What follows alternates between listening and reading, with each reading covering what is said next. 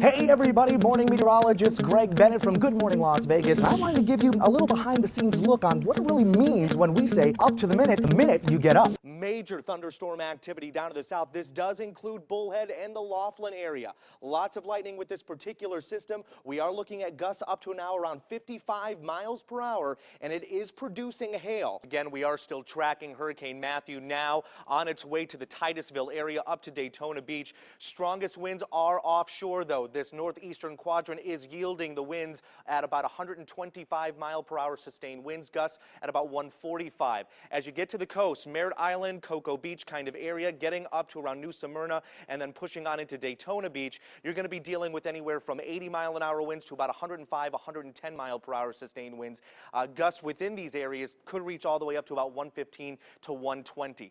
And we're going to continue with the chance for rainfall not only today, folks, but for the next several days. Cold front after cold front and low pressure system continue to line up out of the Pacific and continue to trek towards the east, right on into the southwest. About 20-30 minutes from Cape Canaveral, and there is an Air Force base over there, Patrick Air Force Base, that's just south of Cape Canaveral. This may have come from there.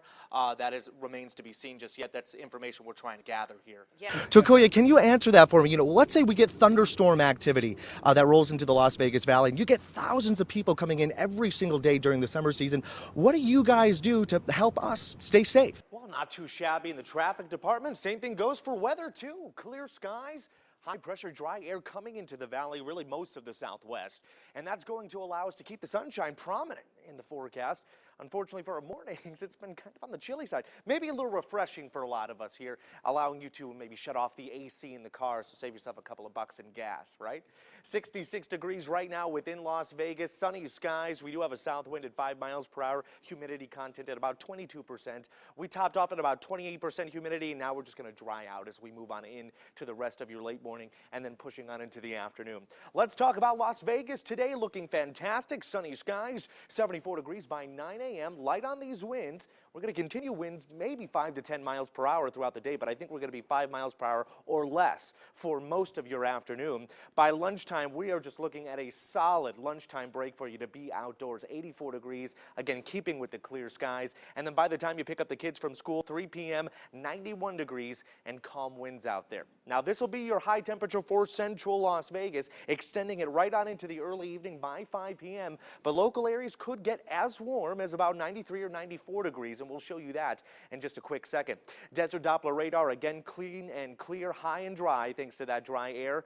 But with that dry air comes that sunshine beating down on the surface of the earth, and that's going to allow us to see a warming trend in the next couple of days. Of course, that low pressure system moves on out, and a warm-up is on the way for the Las Vegas Valley. We'll get back into the mid-90s, moving on into the end of our weekend, pushing on into the next business week here. Average high during this time of year, about 95 degrees. So we're a couple of degrees below it now, but we'll get right back into it as we move on into the weekend, your Saturday and Sunday in those low and mid-90s, upper 90s by Tuesday with a bit of a breeze and partly cloudy skies. That's your forecast. Dana, to you. Time is standing by with 13 first alert weather. Greg, this is just an incredible storm here. Yeah, everything from massive flooding issues to pooling on the roadways, major accidents yesterday, and we're continuing to track the shower activity as we speak. Still involved with Whitney, the Wetlands Park area, Henderson, and now Green Valley. These are the areas that you're seeing the light showers or drizzle activity. It's called the Waffle House Index, okay? Follow me here, folks.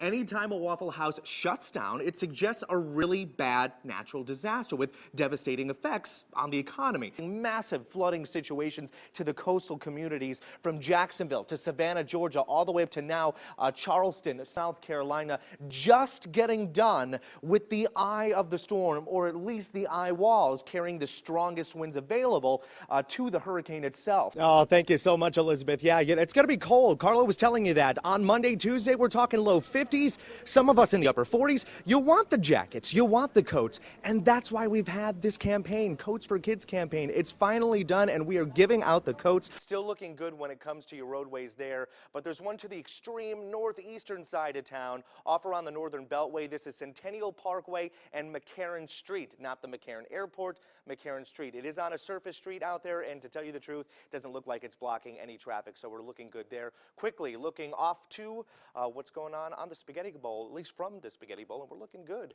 with those times. That is your traffic. Ladies, to you. Geez, Greg Bennett, you can do it all, can't you? Weather, traffic. He's going to be sitting over here next. You watch. I know.